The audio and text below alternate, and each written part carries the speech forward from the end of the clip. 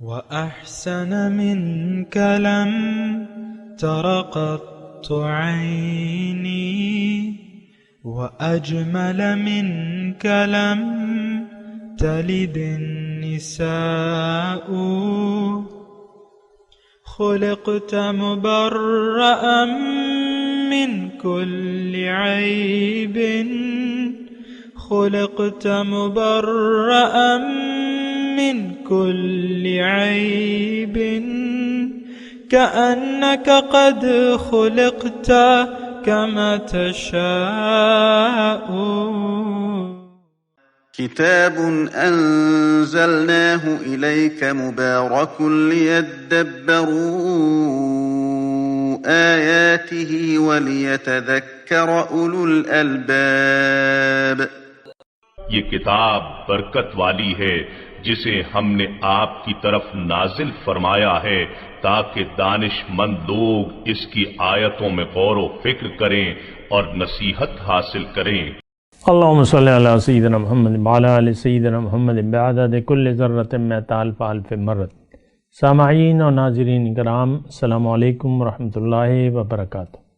سامعین کرام، سورہ ابراہیم آیت نمبر 13 اور 14 آج کا درس کے نمبر ہے 1046۔ آج کا موضوع، کیا ہمیں اللہ تعالیٰ کے حضور حاضری کا بالکل خوف نہیں ہے؟ اس کے ساتھ آج کے سبق کا آغاز کرتے ہیں۔ سب سے پہلے گزشتہ سبق کا اعادہ ہوگا۔ اعوذ باللہ من الشیطان الرجیم۔ پناہ مانگتا ہوں میں اللہ کی شیطان مردود سے۔ بسم اللہ الرحمن الرحیم۔ شروع اللہ کے نام سے جو بڑا مہربان نہایت رحم والا ہے۔ قالت لهم رسلهم إن نحن إلا بشر مثلكم ولكن الله يمن على من يشاء من عباده وما كان لنا أن نأتيكم بسلطان إلا بإذن الله وعلى الله فليتوكل المؤمنون۔ پیغمبروں نے ان سے کہا کہ ہاں ہم تمہارے ہی جیسے آدمی ہیں، لیکن خدا اپنے بندوں میں سے جس پر چاہتا ہے نبوت کا احسان کرتا ہے، اور ہمارے اختیار کی بات نہیں کہ ہم خدا کے حکم کے بغیر تم کو تمہاری فرمائش کے مطابق معجزہ دکھائیں، اور خدا ہی پر مومنوں کو بھروسہ رکھنا چاہیے۔ وما لنا ألا نتوكل على الله وقد هدانا سبلنا ولنصبرن على ما آذيتمونا وعلى الله فليتوكل المتوكلون۔ اور ہم کیوں کر خدا پر بھروسہ نہ رکھیں حالانکہ اس نے ہم کو ہمارے دین کے سیدھے رستے بتائے ہیں، اور جو تکلیفیں تم ہم کو دیتے ہو اس پر صبر کریں گے، اور اہل توکل کو خدا ہی پر بھروسہ رکھنا چاہیے۔ سامعین اکرام، سورہ ابراہیم آیت نمبر 13۔ وقال الذین کفروا، اور کہا ناشکروں نے، لرسلہم اپنے رسولوں کو، لنخرجنکم من ارضنا، ہم ضرور تمہیں نکال دیں گے اپنے زمین سے، او لتعودن فی ملتنا، یا تمہیں واپس آنا پڑے گا یعنی ہماری ملت پر۔ فَأَوْحَىٰ إِلَيْهِمْ رَبُّهُمْ لَنُهْلِكَنَّ الظَّالِمِينَ، پس وہی کی ان کو ان کے رب نے کہ ہم ظالموں کو ہلاک کر دیں گے۔ وَلَنُسْكِنَنَّكُمُ الْأَرْضَ، اور اس کے بعد تمہیں زمین میں آباد کر دیں گے۔ ذَلِكَ لِمَنْ خَافَ مَقَامِي، یہ اس شخص کے لیے ہے جو میرے حضور جواب دہی کا خوف رکھتا ہو، وخاف وعید، اور میری وعید سے ڈرتا ہو۔ سامعین اکرام، 2 آیات میں نے ترجمہ سنایا ہے، اور مضمون دیکھیں، جو داعیان الی الحق ہیں ان کا، اور جو ناشکرے لوگ ہیں ان کا بیان ہو رہا ہے۔ یعنی رسولوں کو کیا جواب دیا گیا کسی رسول کو تاریخ میں ثابت نہیں ہے کہ کوئی رسول آیا اور اس کا لوگوں نے استقبال کیا ہو۔ لیکن رسول کون ہوتا ہے؟ اندھیرے سے نکال کے روشنی کی طرف لے جانے والا، جنت کا راستہ دکھانے والا، راستے پہ چل کے ایک نمونہ بتانے والا۔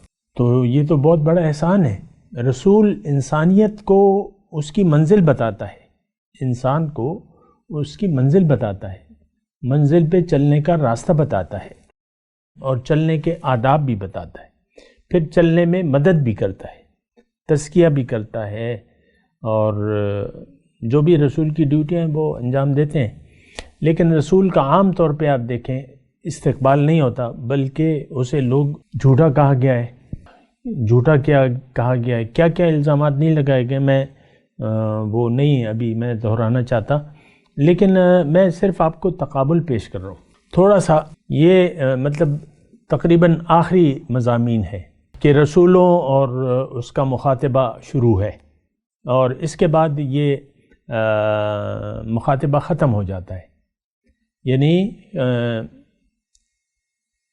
آیت نمبر 13 کے بعد جو ہم پڑھ رہے ہیں، اس کے بعد جو ہے 13 یا 14، اس کے بعد ایک عام اسی کی بنیاد پر ایک عام بات ہوتی ہے، وہ اس کی تفصیل انشاءاللہ کریں گے۔ لیکن بات یہ ہے، دیکھیں اس میں اس تمام واقعے میں کہ یعنی اللہ تعالیٰ نے شروع کیا الم یأتکم نبأ الذین خلوا من قبلکم قوم نوح وعاد وثمود جاءتہم رسلہم بالبینات فردوا ایدیہم فی افواہہم، تو وہاں سے بات شروع ہوتی ہے، یعنی تمام رسولوں کا یہ تذکرہ ہو رہا ہے۔ ایک بات نوٹ کر لیں، یعنی یہ سلوک کیا جاتا ہے، یہ سلوک کیا گیا حضور یہ آدم علیہ السلام سے لے کے حضور صلی اللہ علیہ وسلم تک جتنے بھی رسول تھے اور مجھے یاد آ گئے حضرت عیسیٰ علیہ السلام، وَرَسُولًا إِلَىٰ بَنِي اسرائیل، بنی اسرائیل کی طرف رسول تھے، بالکل واضح دلائل لے کے آئے تھے، معجزات بھی تھے، لیکن ان کو وہ جو اس وقت کے مسلمان تھے ان کے ساتھ کیا سلوک کیا؟ دشمنی کی گئی، ان پہ بہتان لگائے گئے، ان کی ماں پہ بہتان لگائے گئے، ان پہ خود، اور وہ تمام معجزات کا کوئی فائدہ نہ ہوا۔ آپ یہ تو دیکھیں نا کہ آپ کرامتوں اور معجزوں کے پیچھے لوگ پھرتے ہیں، لیکن عیسیٰ علیہ السلام کے جو یعنی ان کی پیدائش معجزہ نہ ہوئی، پھر ان کی جو بھی زندگی تھی وہ سارے معجزات انہوں نے دکھائے، مٹی کا پتلا بنا کے اس میں پھونک مارتے تو وہ پرندہ ہو جاتا، مردے کو کہتے زندہ ہو جا قم باذن اللہ تو وہ ہو جاتا۔ سلوک کیا کیا گیا؟ دیکھیں یہ کوئی تعجب کی بات نہیں ہے، میں ویسے ہی ایک چھوٹا سا تبصرہ کرتا ہوں، جو سلوک یہود نے اپنے رسول کے ساتھ کیا وہی سلوک ہم اپنے پیغمبر کے ساتھ کر رہے ہیں، اور افسوس کی بات یہ ہے کہ ہم اپنے پیغمبر کی بات تک سننے کے لیے، سمجھنے کے لیے تیار بھی نہیں ہیں۔ نعرے بہت ہیں، غلام ہیں، غلام ہیں، رسول کے غلام ہیں، لیکن غلامی کا کوئی نام و نشان نہیں ہے۔ غلام ایسے تو نہیں ہوتے جیسے کہ آج کا مسلمان ہے۔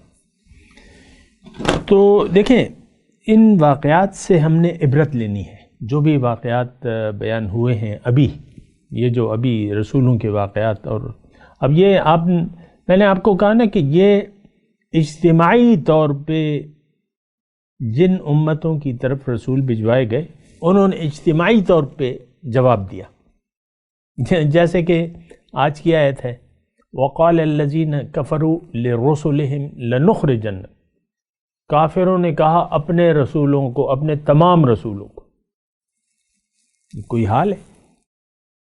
یعنی وہ محسن جو آپ کو فرش سے اٹھا کے جنت میں لے جائے گا، لے جانے کا راستہ بتا رہے، طریقہ بتا رہے، اس کے ساتھ آپ یہ سلوک کر رہے۔ اور میں آپ سے صرف یہ کہہ رہا ہوں کہ اس میں کوئی تعجب کی بات نہیں ہے، جو سلوک ان یعنی لوگوں نے کیا، جن لوگوں کے پاس رسول تشریف لائے، اور انہوں نے انکار کر دیا، الزامات لگائے، یہ کیا وہ کیا، وہی سلوک دانستہ یا نادانستہ طور پہ ہم اپنے رسول کے ساتھ کر رہے ہیں۔ آج دیکھ لیں، آج کی تاریخ میں 2021 فروری کی 2 تاریخ ہے، ہم اپنے رسول کی بات سننے کے لیے تیار نہیں ہیں۔ پھر یعنی علماء کی حد تک جو اختلافات ہیں، یا علماء جن اختلافات میں پڑے ہوئے ہیں اور ہمیں انہوں نے اختلافات میں ڈال دیا ہے، رسول کی ذات کے بارے میں ان کو علم غیب ہے نہیں ہے، وہ نور ہیں، دوسرا کہتا ہے نہیں بشر ہیں، تیسرا کہتا ہے کہ وہ عالم الغیب نہیں ہے، دوسرا کہتا ہے وہ تو سب کچھ جانتے ہیں، ایک کہتا ہے حاضر ناظر ہیں، دوسرا کہتا ہے نہیں۔ ان میں ہمیں ڈال دیا ہے ان علماء نے۔ اور آپ دیکھ لیں، عام طور پہ جو دین ہمیں پیش کیا جاتا ہے اس میں رسول کی تعلیم نہیں ہے، کم از کم عام طور پہ رسول کی بنیادی تعلیم نہیں ہے۔ پھر قصے کہانیاں ادھر ادھر۔ صبح میں ایک وہ پڑھ رہا تھا، ایک بہت بڑے جو عالم کہلواتے ہیں اپنے آپ کو، ان کے جو شاگرد ہیں ان کو تربیت دی گئی ہے کہ تمہیں کوئی بات اچھی لگے تو تم تالی بجا دیا کرو۔ تو کچھ طالبات بیٹھی ہوئی تھیں جو میں تقریر سننا تھا، وہ اپنی کہانی بیان کر رہے تھے اور تالیوں پہ تالیاں۔ تو دیکھیں، اسوہ رسول بھی کوئی چیز ہے اور اللہ کی یاد بھی کوئی چیز ہے۔ اللہ کی یاد سے ہٹ کے کوئی بھی عمل مقبول نہیں ہوتا، یہ آپ بات نوٹ کر لیں۔ اور بہترین طریقہ رسول کا طریقہ ہے، خیر الہدی ہدی محمد صلی اللہ علیہ وسلم۔ خیر، میں اس موضوع پہ زیادہ بات نہیں کرتا، وہ جانے ان کا کام جانے، لیکن میں عام طور پہ بتا رہا ہوں۔ آپ خود دیکھیں آپ کہ رسول کو ہم نے جواب کیا دیا ہے۔ ادھر تو اللہ تعالیٰ قرآن مجید میں ہمیں فرماتا ہے کہ استجیبوا للہ وللرسول اذا دعاکم لما یحییکم، بات مان لو اللہ کی اور اس کے رسول کی جب وہ تمہیں بلائیں، اس میں تمہاری زندگی ہے۔ قرآن میں ہے، بالکل قرآن کی آیت ہے۔ لیکن سوال یہ ہے، دیکھیں ہم سوال اپنے آپ سے کریں گے نا، دیکھیں رسول تو ہمارے بھی ہیں، ہم بھی ان کے امتی ہیں، اگرچہ ہمارا شمار امت اجابت میں نہیں ہوتا، ہم نے ان کی دعوت کو نہ سنا نہ قبول کیا، نہ سننے کے لیے تیار ہیں نہ قبول کرنے کے لیے تیار ہیں۔ یہ ایک عوامی میں آپ کو تجزیہ پیش کر رہا ہوں آج کے لوگوں کا، جو یہ 1.5 ارب کے قریب نام نہاد مسلمان ہیں۔ یہ رسول کی بات سننے تک کے لیے، رسول کیا اللہ کی بات سننے کے لیے ہم تیار نہیں ہیں۔ آپ اپنا رویہ دیکھ لیں، قرآن کے ساتھ آپ کا کیا رویہ ہے، آپ کا کیا خیال ہے، آپ کی کیا سوچ ہے۔ یہ تو بہت بڑی خبر ہے، قل هو نبأ عظیم۔ اس میں جو ہے یعنی قرآن تو ہمیں، اس کو اگر ہم قبول کر لیں تو ہم واصل بالحق ہو جائیں گے، ہمارا وصال ہو جائے گا اللہ کے ساتھ، اور اللہ کی دل جو ہے وہ عرش الہی بن جائے گا۔ اگر قرآن کے طریقے کے مطابق ہم زندگی گزاریں تو ہمارا دل عرش الہی بن جائے گا۔ بہت سے لوگ، مجھے بعض اوقات یہ بھی ہوتا ہے کہ لوگ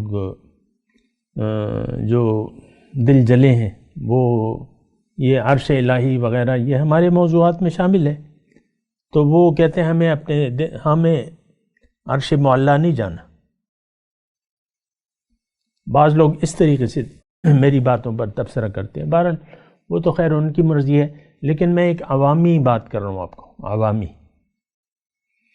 کہ اپنے رسول کی دعوت کو نہ ہم سننے کے لیے تیار ہیں نہ سمجھنے کے لیے تیار ہیں۔ آپ دیکھ لیں، ایک عوامی رویہ ہے۔ رسول کے متعلق ہماری کیا معلومات ہے، ان کی دعوت کے بارے میں ہم نے کتنا سوچا، کتنا سمجھا، کتنا سمجھنے کی کوشش کی، آپ اپنی زندگی پر نظر ڈال لیں۔ زیادہ سے زیادہ اپنے سیرت نبوی پڑھی ہوگی، تاریخ اسلام پڑھی ہوگی، چند کتابیں اپنی پڑھی ہوں گی، بس بات ختم ہو جاتی ہے۔ پھر تو یہ بہت جو ہے ایک سیریس بات ہے۔ سیریس اس لیے ہے کہ اسی میں ہماری نجات بھی ہے، اور کامیابی بھی ہے اور تباہی بھی اسی میں پنہا ہے۔ آج کا جو سبق ہے کہ لَنُهْلِكَنَّ الظَّالِمِينَ، جو پہلی آیت ہم پڑھ رہے ہیں 13 نمبر، اس کا آخری جملہ کیا ہے؟ فَأَوْحَى إِلَيْهِمْ رَبُّهُمْ لَنُهْلِكَنَّ الظَّالِمِينَ، کہ میں ضرور ظالموں کو ہلاک کر دوں گا۔ ظالموں کے لیے ظالموں کی ہلاکت مقدر ہے ان کا، اور یہ تو عام بات ہے، مطلب اس میں دیکھیں سمجھنے کی ایسی کوئی خاص وہ نہیں ہے، مطلب زیادہ گہری بات نہیں ہے۔ اللہ کے دنیا میں آپ دیکھ لیں، جو قانون کو توڑتا ہے وہ جیل میں جاتا ہے۔ دنیا آپ ایک مملکت میں رہ رہے ہیں اور یعنی تھوڑی سی اگر آپ نے ریڈ لائٹ کو کراس کر لیا تو پھر آپ پہ فائن ہوگا، ہو سکتا ہے آپ کو جیل جانا پڑے یا جو بھی قانون ہے۔ تو آپ قانون کو جب بھی آپ کراس کرتے ہیں اور قانون کو نہیں تسلیم کرتے، اس کی خلاف ورزی کرتے ہیں، تو پھر آپ سزا کے مستحق ہیں۔ ظالم کون ہے؟ ہر وہ شخص، لیکن اللہ دیکھیں عام طور پہ ظالم اس کو کہ آپ یعنی ظالم کسی کا حق مان لے، کوئی شخص کسی کا حق مان لے تو یہ ظالم کہلاتا ہے، یا کسی کو اس کا حق نہ دے تو وہ بھی ظالم کہلاتا ہے۔ عام طور پہ سامنے کرام دونوں ظالم ہو گئے، کسی کا حق مار لے یا کسی کو اس کا حق نہ دے، دو مختلف صورتیں ہو سکتی ہیں، بات ایک ہی ہے۔ اب اللہ ہماری منزل ہے، نہ صرف منزل ہے بلکہ ہمارا رب ہے، ہمارا خالق ہے، ہمارا مالک ہے، حاکم ہے، آقا ہے، سب کچھ ہے۔ حق یہ ہے کہ اس کی بات ہم مانیں، بات لازم ہے۔ اللہ تعالیٰ نے فرمایا الا لہ الخلق والامر، مخلوق اس کی ہے تو حکم بھی اسی کا چلے گا۔ اگر آپ انکار نہیں کر سکتے کہ میں اللہ کی مخلوقات میں سے شامل نہیں ہوں، یہ آپ انکار نہیں کر سکتے۔ یقیناً مشرک بھی مانتے ہیں کہ ہمیں اللہ نے بنایا ہے، ہاں اللہ نے پیدا کیا ہے۔ زمین اور آسمان کو بھی مشرک یہ مانتے ہیں کہ یہ سب کچھ اللہ نے پیدا کیا ہے۔ پھر رب السماوات والارض جو ہے یہ بھی مشرک مانتے ہیں، یہ ہم بھی مانتے ہیں۔ اللہ تعالیٰ سے تو ہم انکار نہیں کرتے، لیکن اللہ تعالیٰ کے سامنے سر جھکانے سے کے لیے ہم تیار نہیں ہیں۔ ایک عام بات ہے، ہم اللہ کو مانتے ہیں، رسول کو مانتے ہیں، آخرت کو زبانی طور پہ مانتے ہیں، لیکن زندگی آخرت کی کامیابی کے لیے گزارنے کے لیے کوئی تیار نہیں ہے۔ اللہ کی رضامندی، اللہ کی رضا کو نصب العین بنانے کے لیے، اپنی زندگی کا نصب العین بنانے کے لیے کوئی تیار نہیں ہے، اور اللہ کو منزل بنانے کے لیے کوئی تیار نہیں ہے، اللہ کے سامنے سر جھکانے کے لیے تیار نہیں ہے، اللہ کی طرف اپنا رخ مکمل طور پر پھیرنے کے لیے ہم تیار نہیں ہیں۔ تو بات تو ساری اس میں ہے، آپ اللہ کو اگر مانتے بھی ہیں تو کس لحاظ سے مانتے ہیں؟ صرف یہ کہ وہ خالق ہے، صرف یہ کہ وہ رازق ہے، صرف یہ کہ وہ آپ کی ربوبیت کر رہے یا آپ کو رزق دے رہے، یہ ماننا تو یہ تو سب مانتے ہیں۔ اور نام اگر کسی نے بدل لیے تو وہ ایک الگ مسئلہ ہے، یعنی اللہ کے نام کی جگہ کوئی اور نام پکار رہے ہیں، وہ ایک الگ مسئلہ ہے، لیکن اللہ کو سب مانتے ہیں، اپنی نام بدل کے مانتے ہیں لیکن مانتے ضرور۔ تو میں صرف آپ سے یہ کہہ رہا ہوں کہ ظالم کی میں بات کر رہا ہوں، ظالم، ظلم، مشرک جو ہے، شرک کو اللہ تعالیٰ نے ظلم عظیم قرار دیا ہے۔ ان الشرک لظلم عظیم، شرک ظلم عظیم ہے، بہت بڑا ظلم ہے۔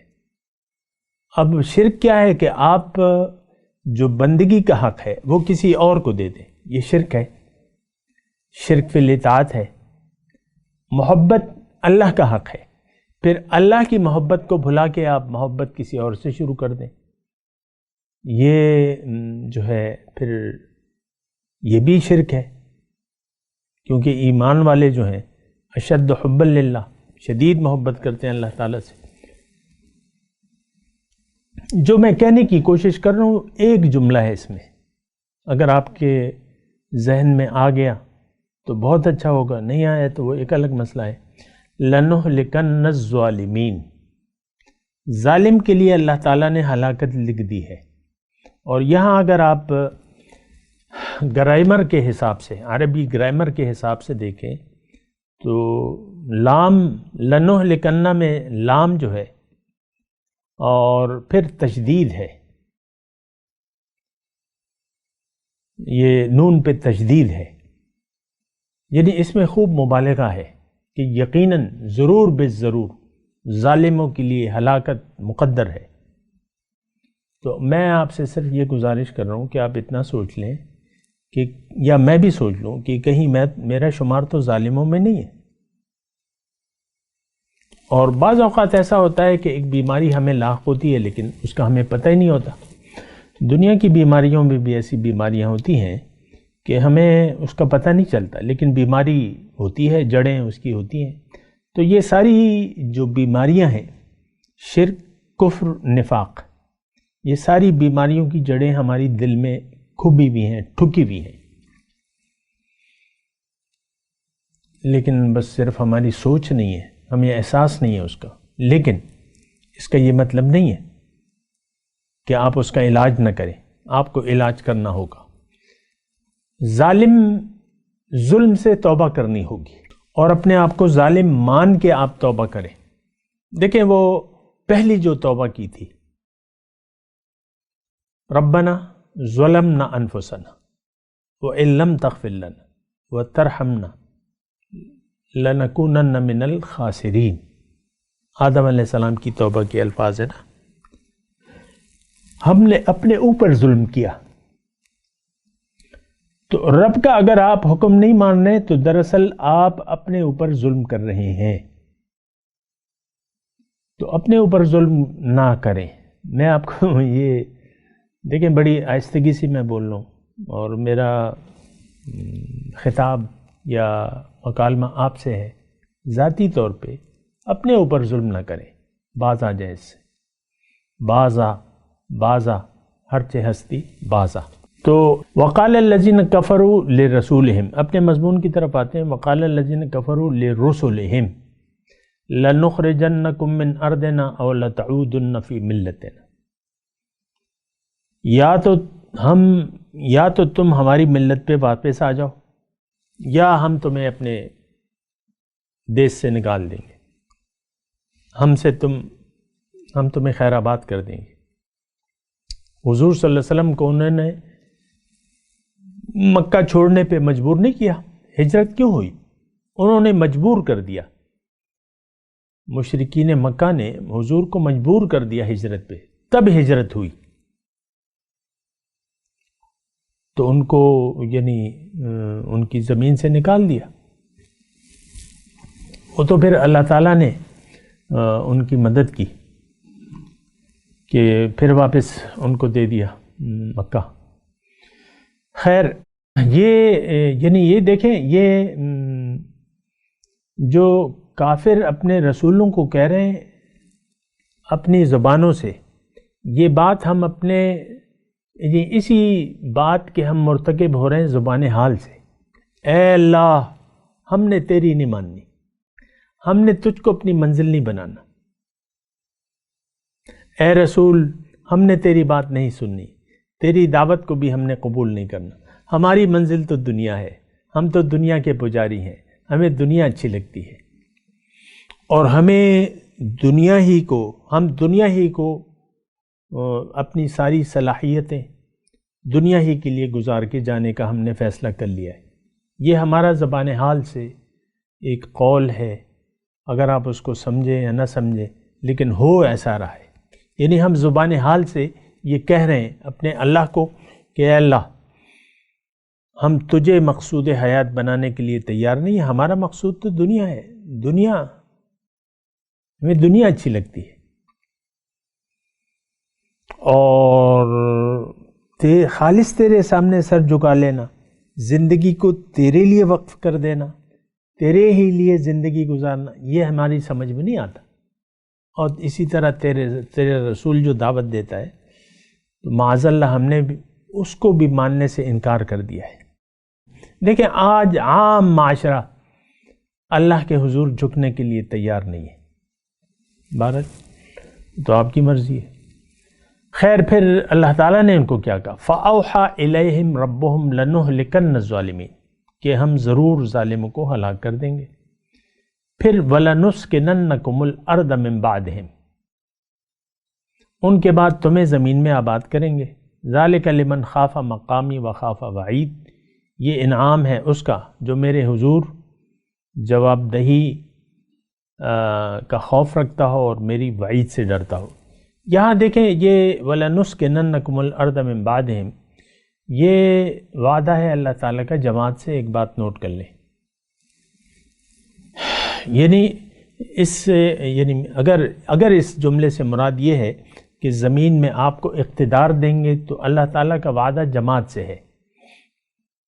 وعد اللہ الذین آمنوا منکم وعملوا الصالحات لَيَسْتَخْلِفَنَّهُمْ فِي الْأَرْضِ كَمَا اسْتَخْلَفَ الَّذِينَ مِن قَبْلِهِمْ، اور حزب اللہ سے ہے، حزب اللہ، الا ان حزب اللہ ہم الغالبون، میرے پارٹی والے، میری پارٹی جو ہے وہ غالب ہوگی۔ تو بہرحال انفرادی طور پہ میں اگر آپ کو کہوں تو انفرادی طور پہ بھی اللہ تعالیٰ کی مدد کا وعدہ ہے، اس میں کوئی شک و شبہ نہیں ہونے چاہیے۔ اللہ تعالیٰ فرماتا ہے اگر فرد اپنی ذمہ داریاں پوری کر دے تو اللہ تعالیٰ نے کہا ہے کہ اب تم پر نہ کوئی خوف ہے نہ کوئی غم ہے، تمہیں میں ایک اچھی زندگی دوں گا۔ للذین احسنوا فی ہذہ الدنیا حسنہ، جو نیکوکار ہیں ان کے لیے اس دنیا میں بھی بھلائی ہے، بلا اجر الآخرۃ خیر، آخرت کا اجر تو بہت بہتر ہے۔ تو یہ وعدہ جو ہے اللہ تعالیٰ کا جماعت کے ساتھ ہے، جماعت ہوگی اللہ تعالیٰ ان کی مدد کرے گا۔ ید اللہ علی الجماع، اللہ تعالیٰ کی مدد جماعت پر ہوتی ہے۔ انفرادی طور پہ بھی دیکھیں آج اگر جماعت نہیں ہے لیکن اگر کوئی شخص اللہ کو منزل بنا کے اللہ کے راستے پر نبی کے طریقے کے مطابق رواں دواں ہے تو اللہ تعالیٰ اس کا مددگار ہے، وہ اللہ کا ہے، اللہ اس کا ہے۔ من کان للہ کان اللہ لہ، تو انفرادی طور پہ بھی یہ شخص جو ہے یہ کامیاب و کامران رہے گا دنیا کی زندگی میں۔ اور میں تلاوت کرتا ہوں، میرے ساتھ دہرائیے، اعوذ باللہ من الشیطان الرجیم، بسم اللہ الرحمن الرحیم۔ وقال الذین کفروا لرسلہم لنخرجنکم من ارضنا او لتعودن فی ملتنا فأوحى إليهم ربهم لنهلكن الظالمين وَلَنُسْكِنَنَّكُمُ الْأَرْضَ مِن بَعْدِهِمْ ذَلِكَ لِمَنْ خَافَ مَقَامِي وَخَافَ وَعِيدِ۔ جی ترجمہ سنا دیں۔ وَقَالَ الَّذِينَ كَفَرُوا لِرُسُلِهِمْ، کہا کافروں نے اپنے رسولوں کو، لَنُخْرِجَنَّكُم مِّنْ أَرْضِنَا، ہم ضرور تمہیں اپنی وطن سے نکال دیں گے، اَوْ لَتَعُودُنَّ فِي مِلَّتِنَا، یا تمہیں ہماری ملت میں آنا پڑے گا۔ فَأَوْحَى إِلَيْهِمْ رَبُّهُمْ لَنُهْلِكَنَّ الظَّالِمِينَ، وحی کی گئی ان کو ان کے رب کی طرف سے کہ ہم ضرور ہلاک کریں گے ظالموں کو۔ وَلَنُسْكِنَنَّكُمُ الْأَرْضَ مِن بَعْدِهِمْ،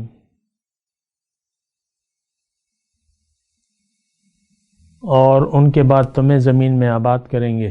ذَلِكَ لِمَنْ خَافَ مَقَامِي وَخَافَ وَعِيدِ، یہ انعام ہے اس کا جو میرے حضور جواب دہی کا خوف رکھتا ہو اور میری وعید سے ڈرتا ہو۔ اب ان آیت کی تلاوت و ترجمہ۔ اعوذ باللہ من الشیطان الرجیم پناہ مانگتا ہوں میں اللہ کی شیطان مردود سے۔